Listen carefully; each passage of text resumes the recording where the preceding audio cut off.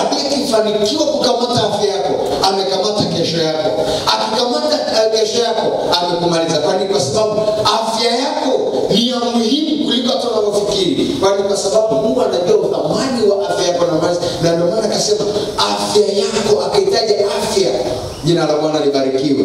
Sasa tunapozungumzia haya malango, tunapozungumzia mlango, anaposema malango yako na yawe wazi daima, yawe wazi daima, yawe wazi mchana, yawe wazi jioni, yawe wazi usiku wa manane, yawe wazi alfajiri. Kwa nini? Kwa sababu kuna baraka za Mungu zinazotakiwa zipite mchana kuja kwako. Kuna baraka za Mungu zinatakiwa zije kwako wakati wa usiku. Jina la Bwana libarikiwe. Sasa adui akishajua kabisa kwamba ziko aina baraka ambazo haziwezi zikakufikia usiku, zinatakiwa zikufikie mchana, ataenda kwa kwenye lile lango la mchana. Kwa mfano, hakuna mtu anaenda kufanya kazi usiku. Wote tunalala usiku, asubuhi tunaamka tunaenda kazini. Maana tunaenda kwenye lango la baraka za mchana. Alafu inapofika usiku hakuna mtu anafanya kazi. Wote tunafunga kazi, tunaenda kulala. Maana kuna baraka za Mungu kusema na wewe kwenye ndoto.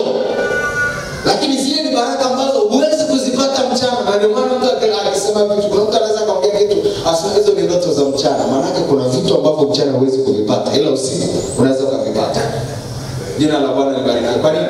Mtu anapozungumza anasema kitu cha kweli kabisa, lakini mwenzake akiangalia anasema hii ni ndoto za mchana, au anaweza kwambia ni ndoto za nata. Maana nini? Hiki ni kitu hakiwezekani kufanyika kwa macho ya damu na nyama, na ni kitu ambacho huwezi kukisikia mchana mtu anakizungumza. Lakini ukisikia ni ndoto za mchana hizo, lakini zinaweza zikatimia. Inategemea Mungu amekutumiaje hilo lango la kupitisha hiyo baraka.